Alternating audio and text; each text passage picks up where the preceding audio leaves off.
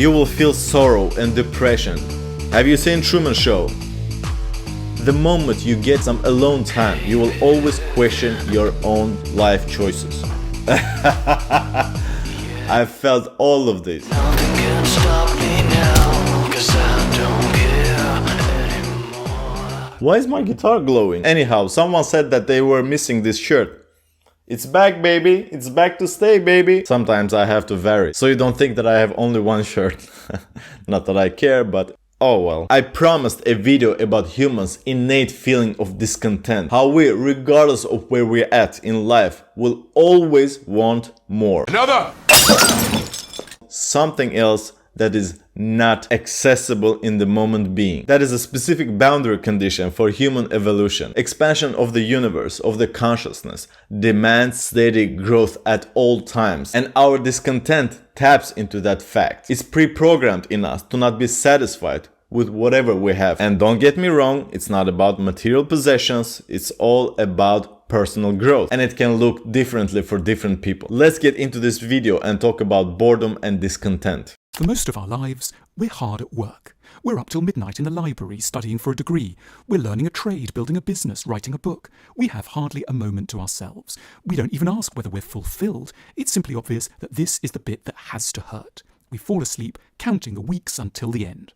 And then, finally, one day, slightly unexpectedly, the end arrives. A typical path for an average Joe: to grow up, to study, to get a job, to marry, to have children, and then work 40-50 years of your life until you retire and lay on your deathbed and wish that something more exciting had happened in your life. How are you, Sheriff? Old. And I mentioned before how this is one of my biggest fears and what drove me to create this channel and go my own way, establish a kind of life that I would be proud of and that will put a smile on my face whenever I am old and have something to reminisce. Through slow and steady toil, we have achieved what we've been seeking for years. The book is done, the business is sold, the degree certificate is on the wall. People around us cheer and lay on a party. We might even take a holiday. And that is when, for many of us, a supreme unease is liable to descend. The beach is beautiful, the sky is flawless, there's a scent of lemon in the air from the orchard, we've got nothing unpleasant to do, we can read, loll, play and dawdle. Why then are we so flat, disoriented and perhaps slightly tearful? Why are we so scared? The reason why we all feel that way, because we never get to learn about life and what it represents, and the ways we can carry out fulfilling and righteous living. Not in a religious sense, I mean the righteous for you, for your own morals and values. The reason is simple: it doesn't serve the narrative. You cannot build civilizations upon people philosophizing about the meaning of life and not getting into work. Time is money, baby. You have to work to earn your living, and the living, of course, being roof over your head and food on your table. We cannot be all hippies and hipsters laying on a beach, sipping on a lemonade and sharing one or two laughs, because at the end of the day, that's what really matters. We could do that, but our financial duties are calling. We have to finance it in a way. So when you suppress yourself and sacrifice your own time, your own beliefs, morals, for the sake of civilization, for the sake of community, for the sake of ever-growing world, it becomes harder to change your perspective as you get older. It's like telling someone who have lived 50 years on this earth that you have done this wrong and you should change your belief system because you don't know what you're doing and what you're talking about. Imagine the punch to the ego. That hurts, and I mean really hurts. Have you seen Truman Show? That's exactly what will happen. The character of Jim Carrey goes through life thinking that he lives an ordinary life, whereas in reality he is being filmed and his life being documented by some network producers who want to make a quick buck. So the solution is to pull the brake as early as you can. The mind works in deceptive ways. In order to generate the momentum required to induce us to finish any task, our mind pretends that once the work is done, it will finally be content. It will accept reality as it is. It will stop its restless, persecutory questions. It won't throw up random unease or guilty feelings. It will be on our side. But, whether by intent or coincidence, our mind is not in any way well suited to honouring such promises. It turns out to be sharply opposed to, and even endangered by, states of calm and relaxation. This is where restlessness kicks in and it transforms into boredom. You start to wrestle with your mind, with this unease feeling of not knowing what to do with yourself. It's like you lose the control over your body and your mind, and you don't know which deep hole you have to crawl into so that you can escape this excruciating, tormenting feeling of not belonging in your body. This is why for an average person it's much more suited to work through life and to not think about this kind of deep existential stuff, because you will get mad.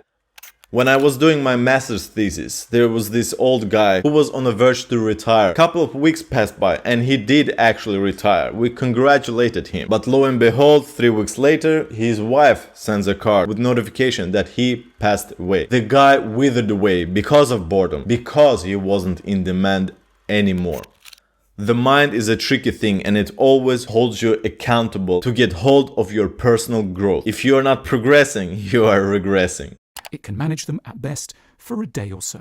And then, with cold rigour, it will be on its way again, with worries and questions. It will ask us once more to account for ourselves, to ask what the point of us is, to doubt whether we're worthy or decent, to question what right we have to exist. I've felt all of this, and I know people who are going through this every day, but they don't know how to tackle that feeling. This is sad and tragic, really. This is why you hear people who go on a vacation being very happy, spending a week somewhere, and then 2 weeks pass by, and then the third one becomes a torture. They don't know what to do with their time, even though on a paper they have financial backing and have all the time to do something more meaningful. Once hard work ends, there is nothing to stop our melancholy minds from leading us to the edge of an abyss we'd been able to resist so long as our heads were down. We start to feel that no achievement will ever, in fact, be enough, that nothing we can do will make a difference, that little is as good as it should be, that we are tainted by some kind of primordial guilt at being alive, that others around us are far more noble and able than we will ever be, that the blue sky is oppressive and frightening, and that doing nothing is actually the hardest thing we've ever attempted to do. This is how existential crisis looks like. You start to question your own life choices, the decisions you have made, the people you've met, the relationships that you've built. How come people on Instagram are much more happier than you, or at least appear to be? You feel weak, you feel pathetic, you feel very small. And that's okay. You have to persevere and push through it. Not avoid it, not try to dodge it, but go through it. Only when you feel the pain will you alleviate the suffering. That psychological turmoil that you are feeling is a sign that you have to change your life and do something more meaningful with it. The trick is to dig deeper. It's as though deep down our mind knows that the ultimate fate of the planet is to be absorbed by the sun in 7.5 billion years, and that everything we do is therefore vain and futile against a cosmological sense of time and space. Yes. We know that we are puny and irrelevant apparitions. We haven't been so much busy as protected from despair by the use of deadlines, punishing schedules, work trips, and late-night conference calls. Genius point that all we do is some kind of a protection from the real life, from exiting that matrix and become a real human being. Technology, partnership, friendship, job, news, entertainment, so on and so forth. Everything serves as a distraction to shield you off from the real experience of life, because whenever you do, you won't go back, and if you're not going back, you're no plowing horse anymore, which doesn't bring money. But now, with the achievement secured, there is no defence left against the might of existential terror. It's just us, and in the skies above, the light of a billion dying stars. There are no more 8:30 a.m. meetings, no more revision notes, no more chapter deadlines to distract us from our metaphysical irrelevance.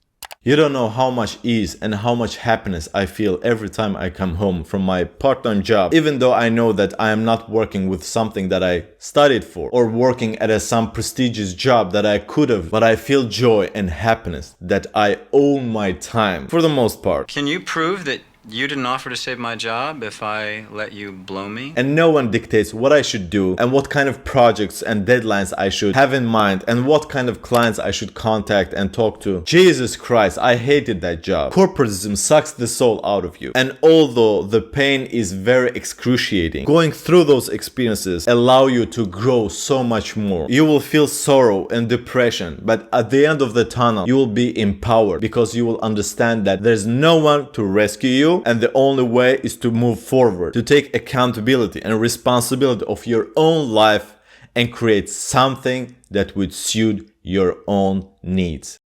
We should, of course, be a bit kinder on ourselves. Rather than putting ourselves through the infinitely demanding process of idling, we should be self-compassionate enough to keep setting ourselves one slightly irrelevant but well-camouflaged challenge after another, and do our very best to pretend that these matter hugely, and we should leave no sizable gaps between them. I saw a quote from Seneca, something like, if a ship doesn't have a specific port to sail towards, no amount or direction of wind will be advantageous. A man without a purpose is a lost soul. Even though you detach yourself from this hamster wheel, you have to always address that discontent nature of yours. Meaning you have to become more, bigger, grow all the time, in every sense, in every area of your life. Physical, mental, spiritual, to have an insatiable curiosity and try out your own wings. That's exact way how you will face your fears and will become very comfortable with being uncomfortable.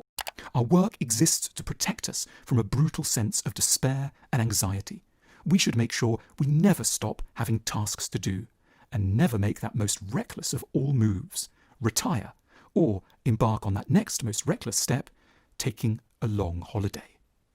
This discontentment, boredom, and restlessness are all consequences of not feeling whole and not having direction in life. Yes, of course, you may have a job, you may have some kind of a routine, maybe you're a parent, you have children, but the moment you get some alone time, you will always question your own life choices. And that indicates that your life has become a rut. You don't know where to sail. Growth happens outside of your comfort zone, and rut indicates security and safety, which is adverse to personal growth and self-improvement. You cannot improve when you have a steady paced life. When everything gets under control, and it was long time ago you felt stressed, you have to up your game because you are stagnating. If you don't stress, you don't progress. Make best out of your life. We have a finite amount of time on this earth. Make it count. Hossein, out.